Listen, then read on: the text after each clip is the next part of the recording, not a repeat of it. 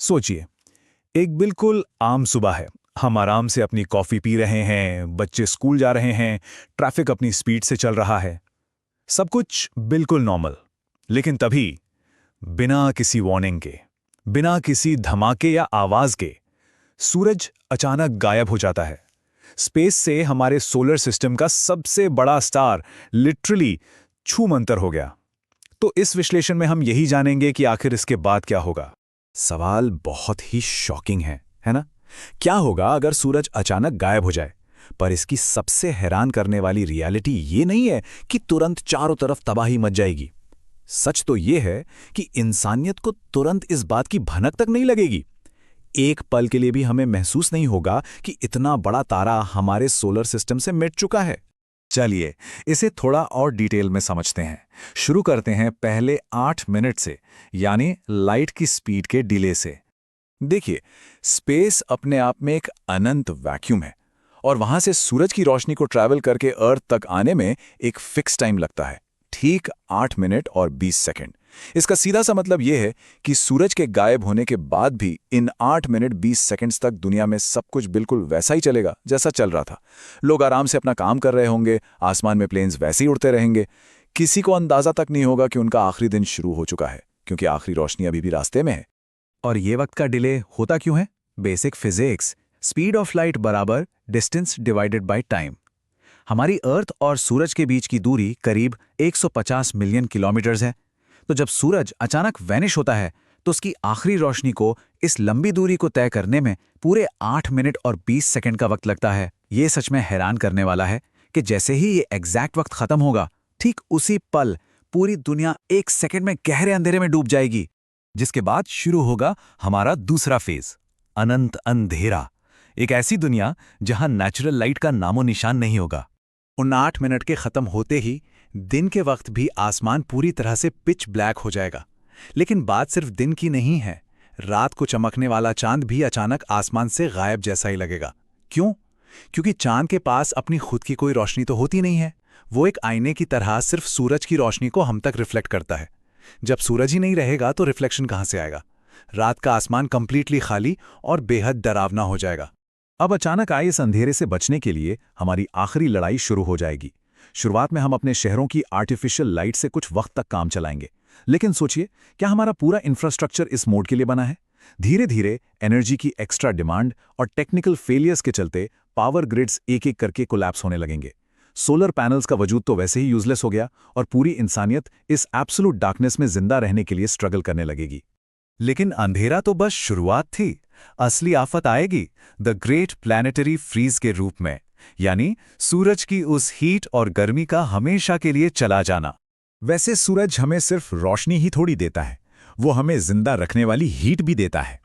अब इस थर्मोडायनेमिक्स के रूल को ही देख लीजिए। ये बेसिक फॉर्मूला साफ बताता है कि हीट एनर्जी मास और टेम्परेचर चेंज से कैसे जुड़ी है। सिंपल शब्दों में कहें तो जैसे ही सूरज जैसा मैसिव हीट सोर्स गायब होगा, अर्थ अपने अंदर की गर्मी को स्पेस के ठंडे वैक्यूम में तेजी से रेडिएट करके खोने लगेगी। और हीट का ये नुकसान इतना अचानक और अनअवॉइडेबल होगा कि हम इसे किसी भी तरह रोक नहीं पाएंगे।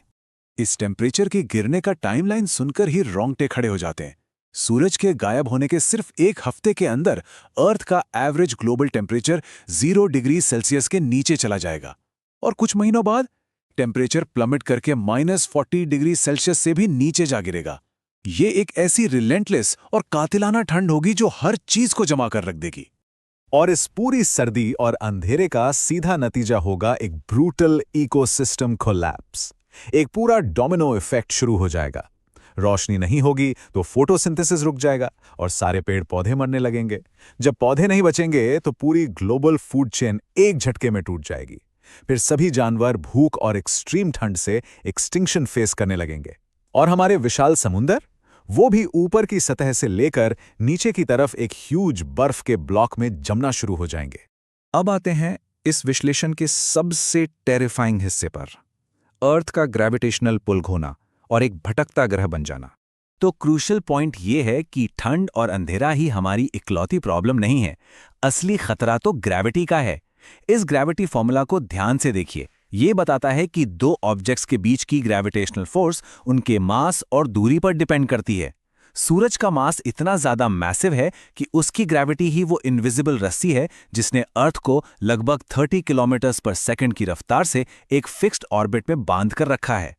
अब थोड़ा सोचिए, अगर वो ग्रेविटी की रस्सी अचानक टूट जाए तो जैसे ही सूरज का अस्तित्व खत्म होगा, अर्थ तुरंत अपने ऑर्बिट से बाहर छिटक जाएगी और डीप स्पेस में एक स्ट्रेट लाइन में फ्लाई करने लगेगी। हमारी चलती फिरती दुनिया लिटरली एक फ्रोजन स्पेसशिप बन जाएगी, जो अनंत स्पेस में ऐसी जगह भटक रही होगी जहां ना कभी सनराइज होगा और ना ही कभी कोई उजाला, बस एक अनंत सन्नाटा। तो यहां ये बड़ा सवाल उठता है, क्या इस सब तबाही के बाद इंसानियत किसी भी तरह जिंदा रह सकती है? भविष्य के लिए हमारी आखिरी लड़ाई आखिर कैसी होगी? साइंटिस्ट के आकलन के अनुसार जमीन के ऊपर तो सर्वाइवल प्रैक्टिकली बिल्कुल जीरो है, पर एक छोटा सा हिस्सा जमीन के बहुत नीचे शायद बच सके। इसके लिए हमें डीप अंडरग्राउंड बंकर्स और पूरे के पूरे अंडरग्राउंड शहर बसाने होंगे। रोशनी और पावर के लिए हम पूरी तरह से न्यूक्लियर एनर्जी पर डिपेंड हो जाएंगे। ठंड से बचने के लिए अर्थ के अंदर की जियोथर्मल हीट को यूज करना होगा। और खाना, वो हमें आर्टिफिशियल फार्मिंग और लैब में बनाना पड़ेगा। साथ ही अंडरग्राउंड सांस लेने के लिए मैसिव ऑक्सीजन जनरेटर्स लगाने पड़ेंगे। फर्क यहां बिल्कुल साफ है। ऊपर सरफेस पर हालात ऐसे होंगे कि जिंदगी नामुमकिन होगी। अर्थ पूरी तरह से एक बेजान डेड आइस प्लैनेट बन चुकी होगी। वहीं दूसरी तरफ जमीन की गहराइयों में थोड़े से लोग न्यूक्लियर और जियोथर्मल एनर्जी के सहारे एक बेहद ही डेस्परेट और टेम्परेरी सर्वाइवल मोड में जी रहे होंगे।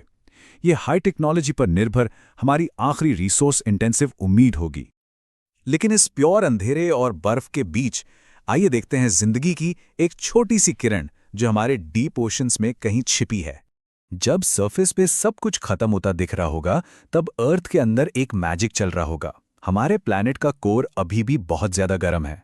ये इंटरनल जियोथर्मल हीट इतनी पावरफुल होती है कि चाहे समुंदर की ऊपरी सतह पे कितनी भी मोटी बर्फ जम जाए, ये ओशन को बिल्कुल बॉटम तक फ्रीज होने से रोक लेगी।